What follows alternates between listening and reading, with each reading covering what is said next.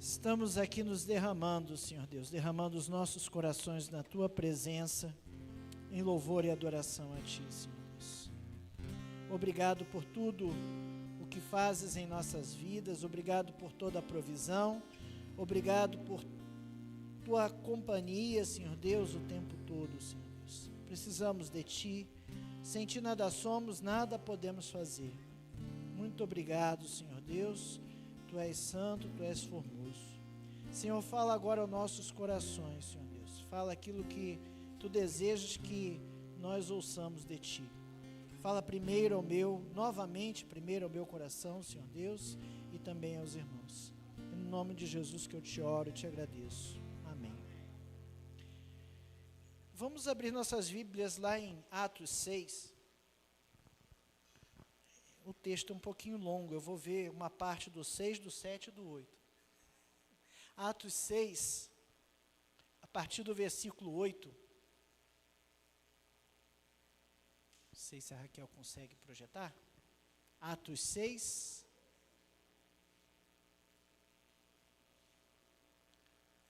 do 8 ao 15. Aí depois eu vou ver só o primeiro do 7, depois o finalzinho do 7 com o início do 8. É bem bagunçado, né? Mas é que é uma narrativa, uma parte de uma narrativa. É aquela situação lá de Estevão, né? Atos 6, a partir do versículo 8, diz assim: Estevão, cheio de graça e poder, fazia prodígios e grandes sinais entre o povo. Levantaram-se, porém, alguns dos que eram da sinagoga, chamados libertos, dos sirineus, dos alexandrinos e dos da Cilícia e Ásia, e discutiam com Estevão, e não podiam resistir à sabedoria e ao espírito pelo qual ele falava. Então, subornaram homens que dissessem: temos ouvido que este homem proferir blasfêmias contra Moisés e contra Deus. Sublevaram o povo, os anciãos e os escribas, e investindo o arrebataram, levando-o ao sinédrio. Apresentaram testemunhas falsas que depuseram: este homem não cessa de falar contra o lugar santo e contra a lei, porque o temos ouvido dizer que este Jesus, o Nazareno, destruirá este lugar e mudará os costumes que Moisés nos deu. Todos os que estavam assentados no sinédrio, fitando os olhos em Estevão, viram seu rosto como se fosse rosto de anjo. Aí no capítulo 7, o primeiro versículo. Então lhe perguntou o sumo sacerdote: porventura isto é assim? Aí do versículo 2 até o 50, não vou ler. Mas Estevão está contando toda a história do povo de Deus, começando em Abraão, chegando lá na frente, até depois do cativeiro. Atos 7, versículo 51. Homens de dura cerviz e incircuncisos de coração e de ouvidos, vós sempre resisti ao Espírito Santo, assim como fizeram vossos pais, também vós os fazeis. Qual dos profetas vossos pais não perseguiram? Eles mataram os que anteriormente anunciavam a vinda do justo, do qual vós agora vos tornastes traidores e assassinos. Vós que recebestes a lei por ministério de anjos e não a guardastes. Ouvindo eles isto, enfureciam-se no seu coração e rilhavam os dentes contra ele. Mas Estevão, cheio do Espírito Santo, fitou os olhos no céu e viu a glória de Deus e Jesus que estava à sua direita. E disse: eis que vejo os céus abertos e o Filho do Homem em pé à destra de Deus.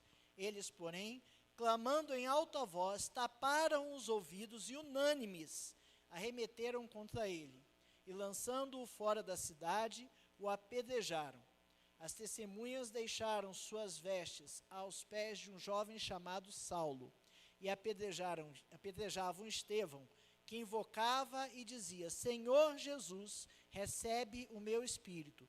Então, ajoelhando-se, clamou em alta voz: Senhor, não lhes imputes este pecado.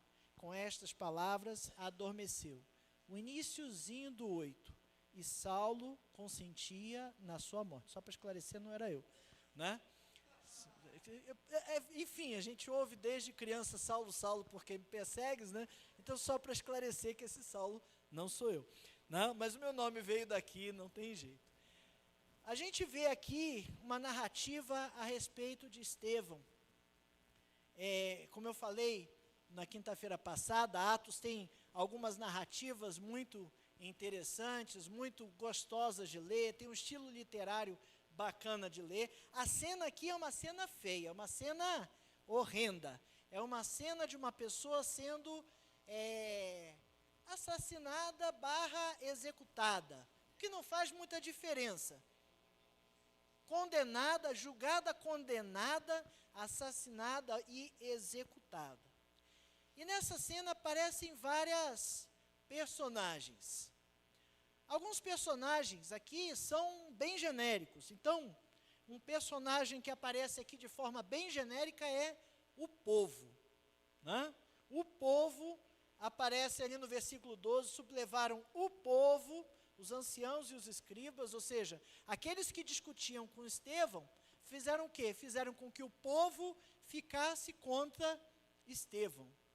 O povo é uma forma da gente falar aqui de pessoas comuns, né? É uma massa de pessoas, não vou falar desqualificadas, mas não qualificadas. Não estou especificando nada, estou dizendo o geralzão, né? São pessoas que estão convivendo com Estevão, com as demais autoridades, e a Bíblia, esse trecho, nos relata que Estevão, cheio de graça e poder, fazia prodígios e grandes sinais, aonde? Entre o povo.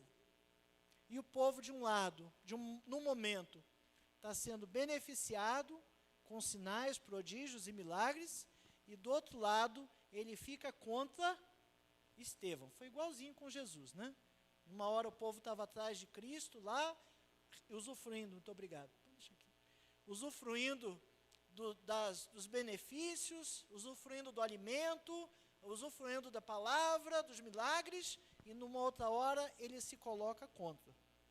Quando a gente usa povo desse jeito aqui, a gente está falando de uma massa de manobra, né? A gente tem essa expressão que a gente costuma usar muito no nosso meio lá militar, quando você pega uma quantidade de pessoas e faz aquela quantidade de pessoas ir numa determinada direção. Hoje está mais fácil ainda com mídia social e os canais de comunicação que a gente tem, é muito mais fácil pegar o povo e levar para uma determinada posição, uma determinada opinião, sem muito esforço. Mas esse é um personagem que aparece aqui, né?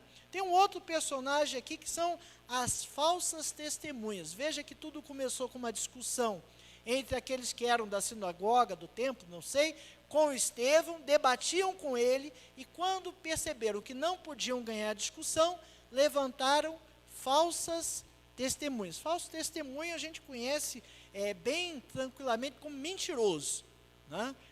Eles eram mentirosos e eles provavelmente foram comprados, subornados, alguém pagou alguma coisa ou convenceu de alguma forma que eles fossem até o Sinédrio, que era um grande local de julgamento, né, e depusessem contra Estevão.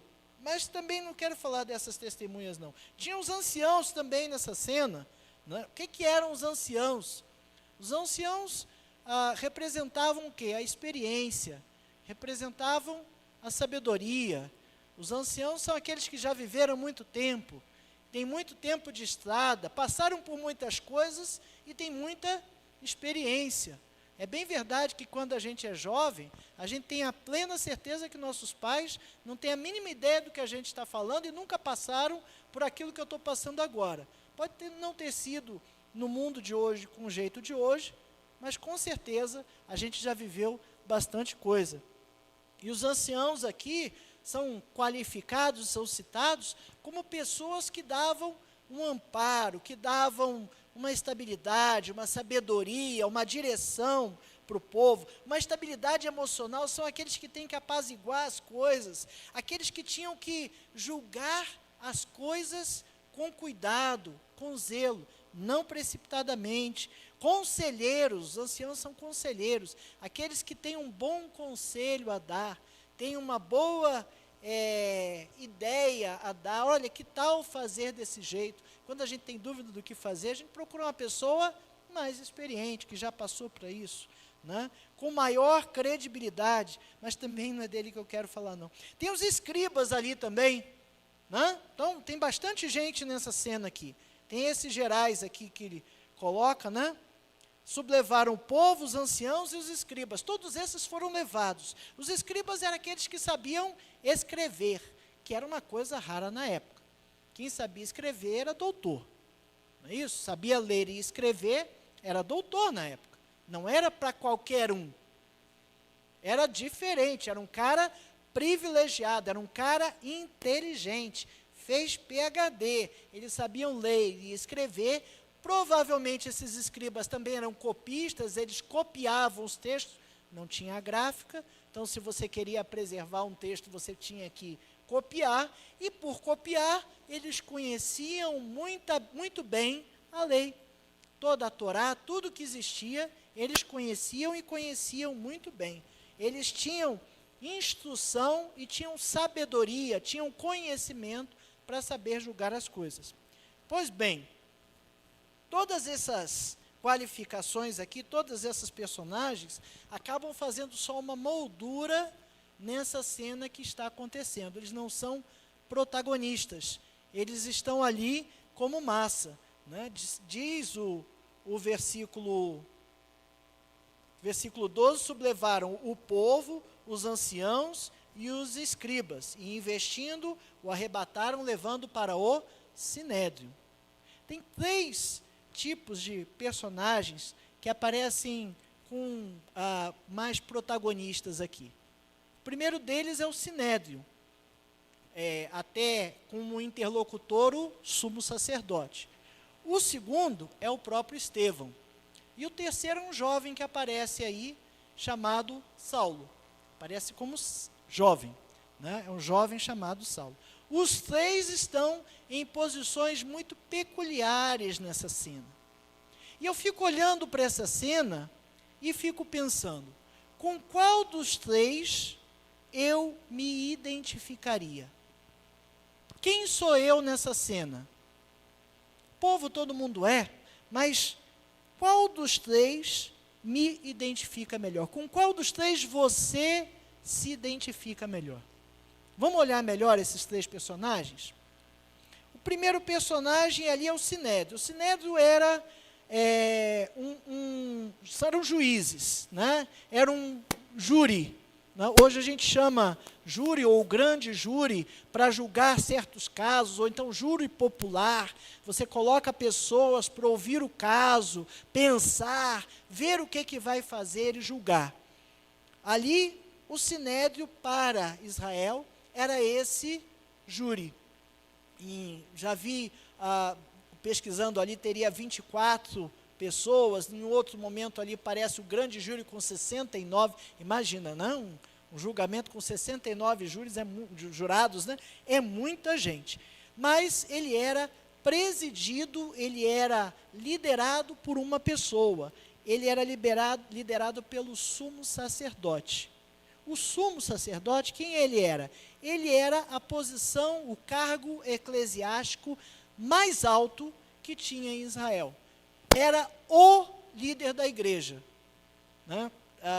A gente não tem entre os batistas um cargo assim, porque nós temos igrejas independentes, mas se a gente olhar, por exemplo, a igreja católica, é como se fosse o Papa, né? É o camarada que está lá em cima, é o camarada. Na Inglaterra, a igreja anglicana, quem é? É o rei, né? O rei é o líder da igreja anglicana. E o sumo sacerdote é o cargo eclesiástico mais alto que tinha, e ele presidia o sinédrio. Ele, o sumo sacerdote, é quem coordenava o culto no templo e quem coordenava o sacrifício. Ele era o responsável por toda a adoração de Israel. Esse camarada precisava representar a justiça. Esse camarada precisava representar a retidão. Ele precisava ser o camarada correto, né? Se tem um camarada que fica em evidência, é aquele camarada que assume posição de liderança. Qualquer um que assume posição de liderança, que está à frente, dirigindo algum trabalho, esse camarada, todo mundo olha para ele. E ele precisa estar vigiando muito mais do que a gente vigia no dia a dia. Porque qualquer coisa já tem um montão de dedo apontado para ele. Mas esse é o sumo sacerdote. O sinédrio, ele é conduzido pelo sumo sacerdote, aquele que entende da lei. O sumo sacerdote não era qualquer um que chegava lá, eram os levitas, eram da tribo de Levi. Mas para ser sumo sacerdote, o cara tinha que entender muito da lei. Ele tinha que saber qual era a vontade de Deus, ele tinha que estar no centro da vontade de Deus. Bom, pelo menos deveria entender da lei, pelo menos deveria entender ou saber qual era a vontade de Deus, porque infelizmente a gente vê nos dias de hoje, às vezes, líderes, pastores, ou de várias seitas por aí, que não sabem o que estão falando e pregam coisas totalmente erradas. Bom, mas era o sinédrio. O sinédrio era um tribunal, e como tribunal, o tribunal recebe o acusado e ouve as testemunhas, né? E interroga o acusado, o réu, dando a sua oportunidade, dando oportunidade para explicar e se defender. Como esse tribunal está sendo presidido pelo sumo sacerdote, é óbvio que seu julgamento vai ser justo, não é isso? Não foi, mas é o que a gente esperava, que ele fosse justo. A acusação está ali no versículo 13 e 14. Esse homem não cessa de falar contra o lugar santo e contra a lei, porque o temos ouvido dizer que este Jesus, o Nazareno, destruirá esse lugar e mudará os costumes que Moisés nos deu. Então, só fazendo um parênteses, a gente não está julgando dentro da igreja. A cena não está acontecendo dentro da igreja. A cena está acontecendo entre a igreja de Cristo e os líderes judeus, que não aceitam Jesus como Messias até hoje. Tá certo? Então, não é dentro da igreja. É entre a igreja de Cristo e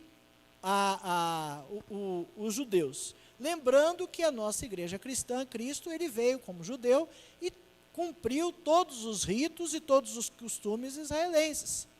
Então, nesse momento, eu imagino que Estevão e os demais seguiam a maioria das coisas. Mais um parênteses. Estevão é citado no início do capítulo como helenista. Helenista quer dizer que ele era com costumes gregos, era judeu da diáspora, ou seja, ele já estava fora de Jerusalém, e por causa disso ele não ia no templo sacrificar, ele acabava estudando ou se reunindo em sinagogas, que era uma estrutura diferente do templo. Então já estava com alguns costumes diferentes, e além disso, era crente, acreditava em Jesus, o que colocava ele em oposição maior ainda com o sinédrio. E aí, Estevão, para fazer a sua defesa, o que ele faz? Ele conta a história. Se a gente olhar o capítulo 7, como eu falei, do versículo 2 até o 50, né, ele está fazendo um longo discurso, ele começa por Abraão, fala que Deus falou com Abraão, lá na Mesopotâmia ainda, lá em Ur dos Caldeus, para depois ele chegar na terra que seria prometida, mas ele acabou não tomando posse, porque por conta da fome, a família dele acabou indo para o Egito e passou 400 anos lá, para depois Deus levantar Moisés e tirar de lá e deixar no deserto, e no deserto Deus falou com o povo, e no deserto o tabernáculo foi instituído, e no deserto Deus deu a Moisés a lei para o povo seguir, né? E depois traz para ocupar a terra prometida depois de 40 anos no deserto. Ele conta aquela história toda, conta todas aquelas coisas. Mas o que Estevão está querendo dizer realmente reforça a sua acusação. A sua defesa é aquela que qualquer advogado vai falar assim, não, fica quieto, é melhor não falar nada. Porque quando ele vai falar de Abraão, ele vai falar o quê? Que Deus falou com Abraão e não era dentro do templo. Deus falou com Abraão, não era nem na terra prometida, era lá na Mesopotâmia, perto da Síria, lá no norte. Não era no templo.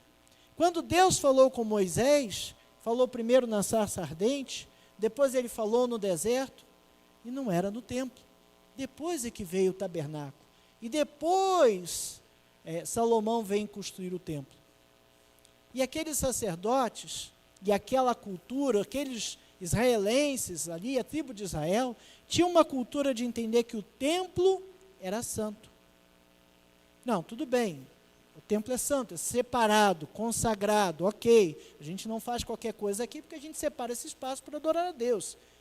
Mas aquela ideia de a casa de Deus, porque Deus habita ali, é uma ideia errada. Deus habita em todo tempo, em todo lugar. Né? Então, de fato, ele está acabando reforçando um pouquinho a ideia de que os seus acusadores estão falando, de que ele falou que estava pregando contra o templo. Não estava pregando contra o templo, só estava dizendo que o templo, a igreja, é uma instituição, é uma organização. E a igreja de Cristo não é uma instituição ou organização como a gente entende. A igreja de Cristo é uma coisa atemporal. A igreja de Cristo é a congregação de todos os salvos, em todos os tempos, pelos quais Jesus morreu, em todos os tempos. Ok? Então, a casa de Deus, como se Deus habitasse nela. Atos 7:8, ele chega a falar, Deus não habita o Altíssimo em casas feitas por mãos humanas. Olha, ele foi incisivo. Vocês estão achando que Deus habita lá nos santos dos santos do templo? Não, não habita lá não. Deus não habita lá não. Então, veja que ele está reforçando a acusação dos seus acusadores, apesar de serem falsas, né? Ele estava dizendo que não era necessário o templo para adorar a Deus. É muito bom, muito necessário que nós estejamos aqui em comunhão, que venhamos aqui adorar, que venhamos aqui estudar, venhamos aqui ouvir a palavra de Deus e adorar juntos. Mas adorar a Deus 24/7. O tempo todo podemos e devemos estar em adoração. Ele vai dizer também, contra a lei, ele argumenta que os próprios judeus não cumpriam a lei. Vocês estão dizendo que eu estou pregando contra a lei? Vocês mesmos não cumprem. Ou seja, o próprio sumo sacerdote, as próprias autoridades não cumpriam a lei. Ele cita vários casos ao longo da história em que o povo de Deus trouxe a idolatria para o seu meio. A gente estudou agora há pouco, né, Reis, Crônicas, toda a história do povo de Deus, quantas e quantas e quantas vezes fez o que era mal aos olhos do Senhor. Quantas vezes o povo caiu na idolatria, quantas vezes o povo descumpriu a lei. E agora você vem falar a lei, né, vem falar que eu estou pregando contra a lei, vocês não cumprem.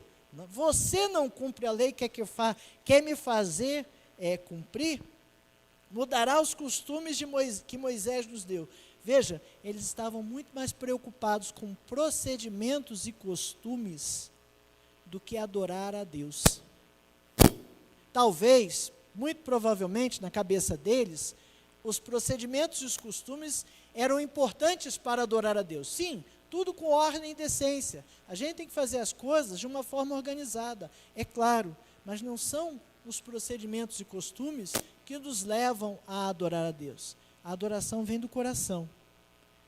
a defesa de Estevão não foi nada boa, não. Aliás, eu falei, né, aquela que o advogado fala para não fazer. No final, ele se esquenta um pouquinho mais e parte para o confronto. No 51, homens de dura cerviz, homens duros de coração, incircuncisos de coração. Imagina o que é isso, né? Aquele que não está quebrantado, aquele que não está inclinado a entender a palavra de Deus, incircuncisos de coração e de ouvidos.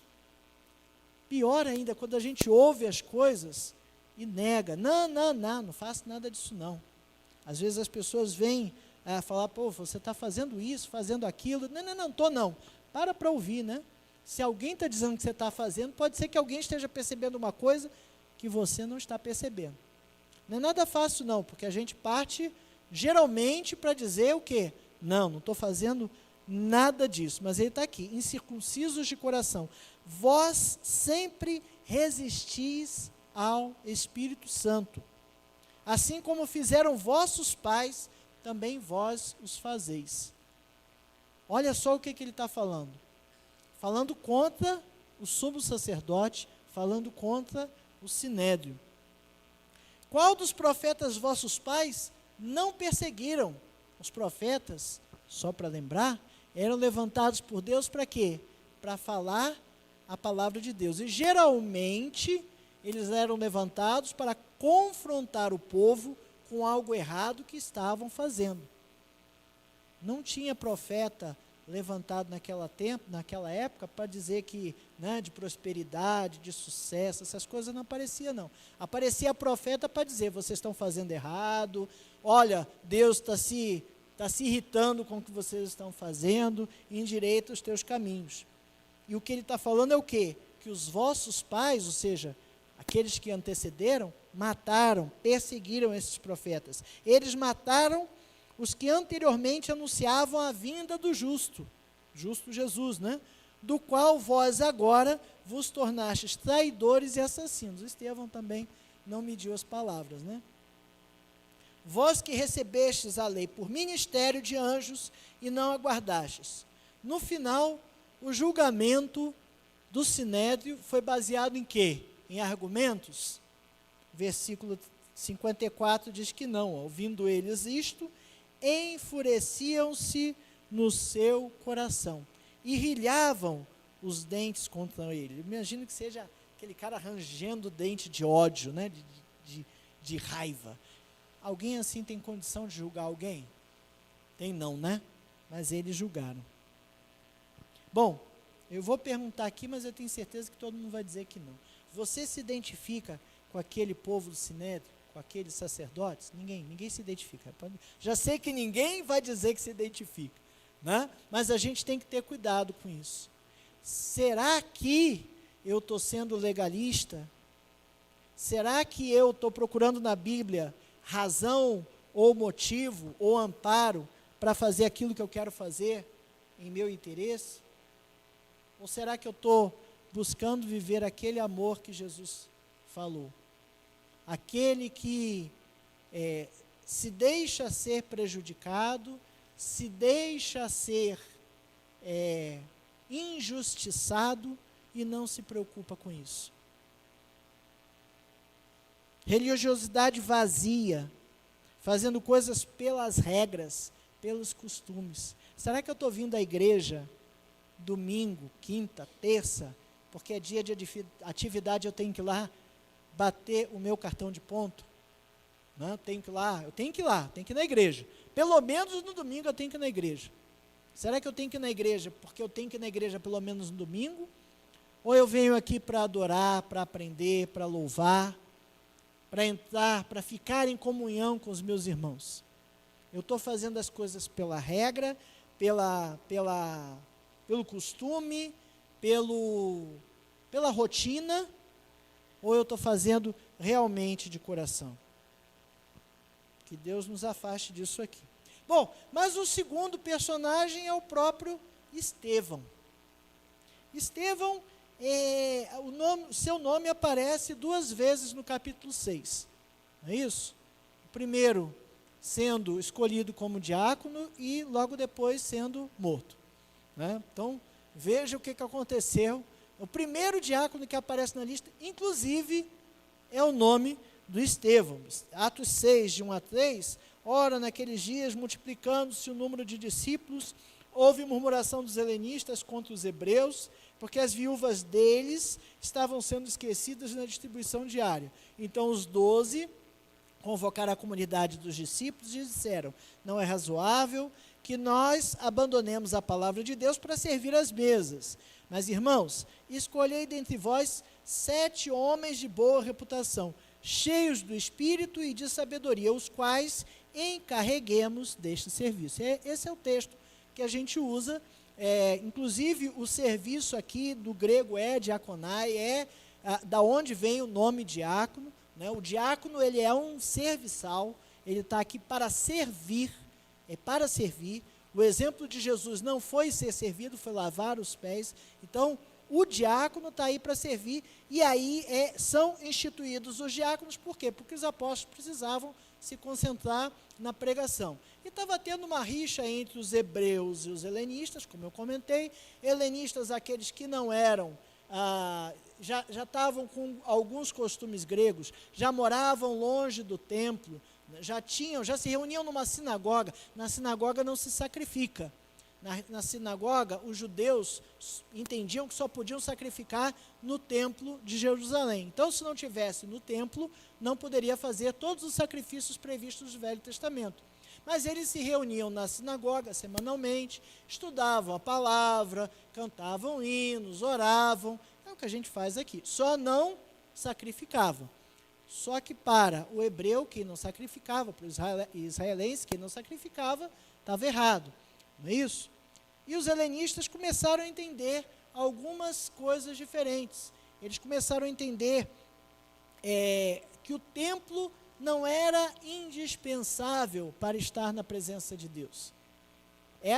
Esse entendimento, eles começaram a ter lá. Só que, por ter esse entendimento, eles já eram olhados de lado por aqueles de Jerusalém, por aqueles que mantinham toda a Torá à risca, né? A igreja de Cristo, desse primeiro século, tinha dos dois tipos. Tinha judeu e tinha helenista, tá certo? Até dentro da igreja eu tinha algumas discussões. E até dentro da igreja, os judeus olhavam os helenistas de lado. Esses caras não fazem tudo o que tem que fazer.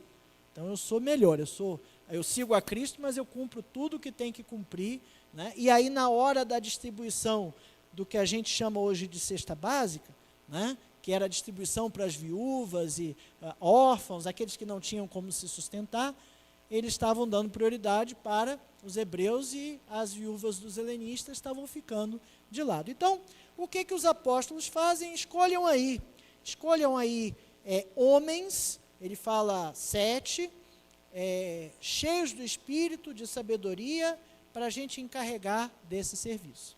E abre um parênteses muito interessante aqui, muito importante. A gente não forma alguém para ser cheio do Espírito e cheio de sabedoria. Essa pessoa já é para ser escolhida como diácono, para servir na casa de Deus.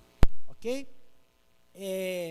O primeiro nome citado na lista, está ali no versículo 5, o parecer agradou a toda a comunidade e elegeram Estevão, homem cheio de fé e do Espírito Santo, Filipe, Prócoro, Nicanor, Timão, Pármenas, Nicolau, prosélito de Antioquia. Então, esses foram os 7 primeiros diáconos eleitos ali. E o primeiro que aparece, né, geralmente o primeiro é o presidente, não é isso? Do conselho diaconal. Então, o primeiro que aparece aqui foi do Estevão. Não tem nada disso escrito aqui, né, não tem nada disso escrito. Mas a gente imagina que se o nome dele apareceu primeiro na lista, e a lista não está em ordem alfabética, né, provavelmente tinha uma certa proeminência, ele demonstrava alguma coisa diferente dos outros. E realmente, um pouco mais à frente, no versículo 8 fala: Estevão, cheio de graça e poder, fazia prodígios e grandes sinais entre o povo. Então, de fato, ele sobressaía de alguma maneira. Ele estava à frente de alguma maneira, né? Lembrando aqui, depois mais tarde Saulo convertido, né, já nos caminhos do Senhor, ele escreve lá a Timóteo as qualificações para o diaconato. Semelhantemente quanto a diáconos, é necessário que sejam respeitáveis, de uma só palavra, não inclinados a muito vinho, não cobiçosos de sorte da ganância, conservando o ministério da fé com a consciência limpa. Também sejam estes primeiramente experimentados e, se demonstrarem irrepreensíveis, exerçam diaconato. Da mesma sorte quanto a mulheres, é necessário que sejam respeitáveis, não maldizentes, temperantes e fiéis em tudo. O diácono seja marido de uma só mulher e governe bem os seus filhos e a própria casa. Veja que Paulo lá para frente vai tentar descrever, qualificar um pouco mais. O que eu imagino é que Estevão era tudo isso. Estevão já era tudo isso, esses 7 aqui, provavelmente já tinham todas essas características em comum. Mas o Estevão, cheio do Espírito Santo, fazia sinais e prodígios, né? Sempre que a gente sobressai, a gente causa ciúmes. Querendo ou não, fazendo força ou não, se você está numa situação de proeminência, não uma situação à frente, vai causar ciúmes, não tem jeito. E aí no versículo 9, versículo 10, aparece um povo aqui debatendo com ele, né? Levantaram-se, porém, alguns dos que eram da sinagoga, chamada dos libertos, dos sirineus, dos alexandrinos e os da Cilícia e da Ásia, e discutiam com Estevão. Esse discutir aí está naquele debate acalorado sobre as coisas da Torá, imagino eu. E não podiam resistir à sabedoria e ao espírito pelo qual ele falava. Então, eles estavam perdendo a discussão. É isso que está escrito aqui. Estavam debatendo e não tinham mais argumentos. Esse debate custou a vida de Estevão. Esse debate fez com que Estevão seja apresentado com falsas testemunhas ao sinédrio, acusado de blasfêmia, para ser julgado. E quando ele está sendo já para ser executado, ele fala assim: eis que vejo os céus abertos e o Filho do Homem em pé à destra de Deus. Bom, se o povo estava brigando, porque ele estava dizendo que Jesus é o Messias, agora entornou o caldo. Já tinha chamado os caras de incircunciso, já tinha mostrado para eles os seus próprios erros, agora ele fala que tem uma visão de Deus, do próprio Jesus à destra do Pai, né? E teve a visão, com certeza, mas com certeza aquilo ali foi a gota d'água para ele ser executado. E na hora que ele estava sendo executado, o que ele falou? Né? Malditos sejam esses, não foi isso? Não lhes impute esse pecado. Senhor, não lhes impute esses pecados. Quantas vezes a gente é agredido, a gente é injustiçado, a gente é espizinhado e a gente fala: Senhor, não lhes impute esse pecado. E não precisa, não, só uma fechadinha no trânsito, né? Só uma fechadinha no trânsito, a gente já fala: Senhor, não lhes impute esse pecado. Não é assim? Mas Estevão era cheio do Espírito, de sabedoria e de fé. Eu quero ser que nem Estevão. Eu quero ser, mas eu não consigo me identificar com ele ainda não, está muito longe. Eu preciso me identificar com Estevão, preciso muito me identificar com Estevão, mas eu acho que eu ainda estou muito longe disso. O terceiro personagem, para a gente encerrar, que eu já estou passando do tempo, o terceiro personagem que aparece aí é um tal de Saulo, não sou eu, só para esclarecer, não sou eu, né? A primeira vez que Saulo é citado na Bíblia é nesse versículo 8, versículo 58 do capítulo 7. Ele fala então: e lançando fora da cidade, apedrejar as testemunhas, deixaram as suas vestes aos pés de um artigo indefinido, um jovem chamado Saulo. Quem é esse jovem? A gente não sabe muito bem quem ele era aqui nesse texto. Mais à frente, lá em Atos 22, 3, quando Paulo, já convertido, já está sendo acusado, já está, ele agora está, né, perante o tribunal romano, ele vai se defender, ele vai falar assim: eu sou judeu, nascido em Tarso, na Cilícia, mas criei-me nesta cidade, e aqui foi instruído aos pés de Gamaliel, segundo a exatidão da lei de nossos antepassados, sendo zeloso para com Deus, assim como todos vós sois no dia de hoje. Esse é o Saulo, é o jovem Saulo, que está assistindo tudo aquilo a acontecer, e as pessoas vão e depositam as vestes, entendo que seja de Estevão, aos pés de Saulo, né? E o versículo 1, ou primeira parte do versículo 1 do capítulo 8, fala que Saulo consentia na sua morte. As duas vezes que o nome de Saulo aparece na Bíblia já está errado demais, não é isso? Mas ele está errado por intenção? Não, ele está errado cheio de boas intenções. Ele é zeloso. Sabe o que é o cara zeloso? É que ele briga para as coisas acontecerem da forma certa. Briga se der errado, né? Eu acredito que se ele chegasse no tempo e visse a cena que Jesus viu lá, de todo mundo vendendo um montão de coisa, ele tinha também empurrado tudo abaixo, né? Ele era zeloso, ele era um judeu instruído na lei. Instruído na lei, ele era uma pessoa que sabia o que era a lei. Seu mestre era Gamaliel. Gamaliel aparece lá em Atos 5:34, os apóstolos estão sendo julgados ali, não é isso? E fala lá em Atos 5:34, mas levantando-se no sinédrio um fariseu, ou seja, ele conhecia da lei, chamado Gamaliel, mestre da lei, acatado por todo o povo, mandou retirar os homens por um pouco. Então veja que era um cara que tinha autoridade, era um cara que tinha uma liderança reconhecida pelo povo, e a palavra dele aqui, em Atos 5, vai ser muito sábia. Atos 5, 38 e 39, ele fala assim: olha, agora vos digo, dai de mão a esses homens, deixa para lá, deixai-os, porque se esse conselho ou esta obra vem dos homens, perecerá.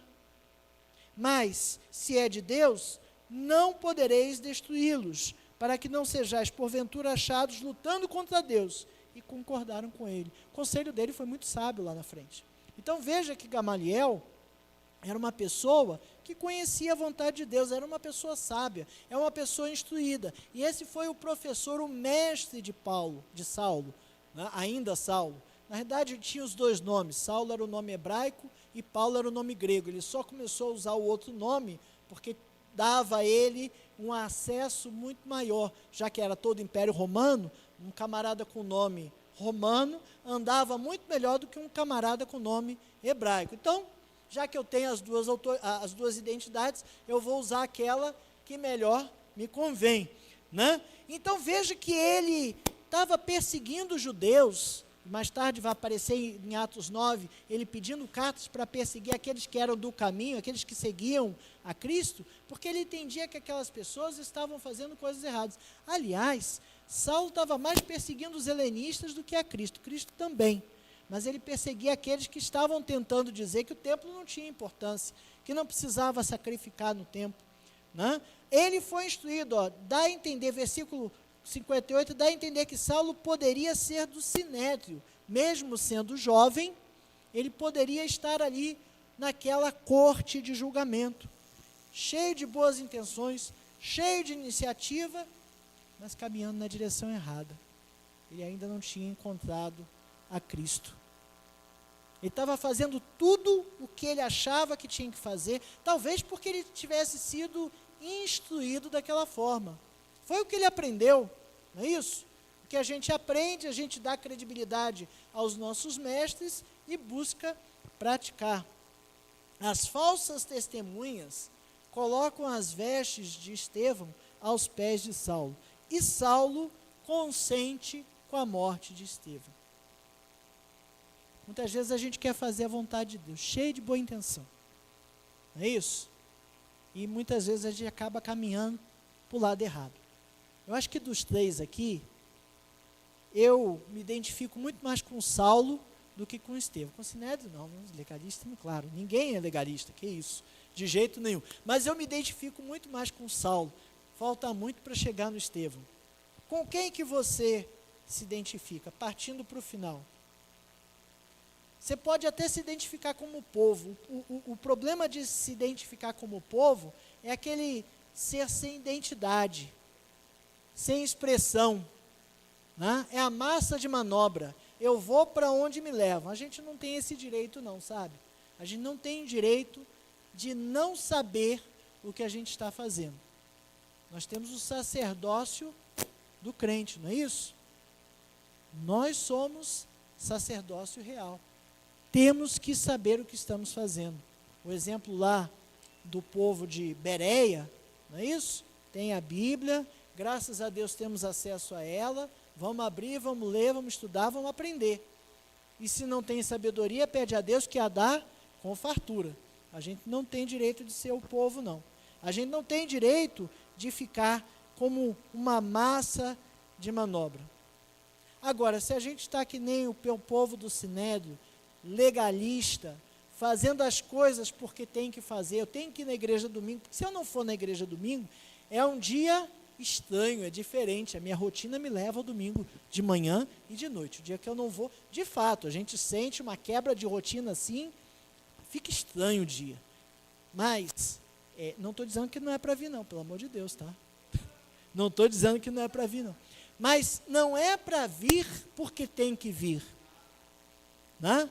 Por que você vem à igreja? Não, porque é um lugar muito bom, é um lugar muito agradável, não é isso? Quinta-feira passada, até brincando com a Raquel, não, eu vou acabar até as 8h30, porque, poxa, ninguém aguenta, ele lembra que tem ar-condicionado. Eu falei, não, a gente podia fazer uma vigília, né? Com ar-condicionado, com o calor que está fazendo, eu acho que se eu propuser uma vigília, o povo topa. Mas a gente não vem aqui por causa do ar-condicionado. A gente não vem aqui para encontrar os irmãos e ter aquele momento de sociabilidade gostoso. Isso também é importante. Mas nós viemos aqui para adorar a Deus, para aprender, para ouvir da sua palavra. E a gente precisa estar atento nessas coisas. Não podemos assumir uma postura, uma posição de ter uma religiosidade vazia. Sabe, religião, em alguns aspectos, é definido como um conjunto de práticas, um conjunto de coisas que a gente faz. Não pode ser um conjunto de coisas.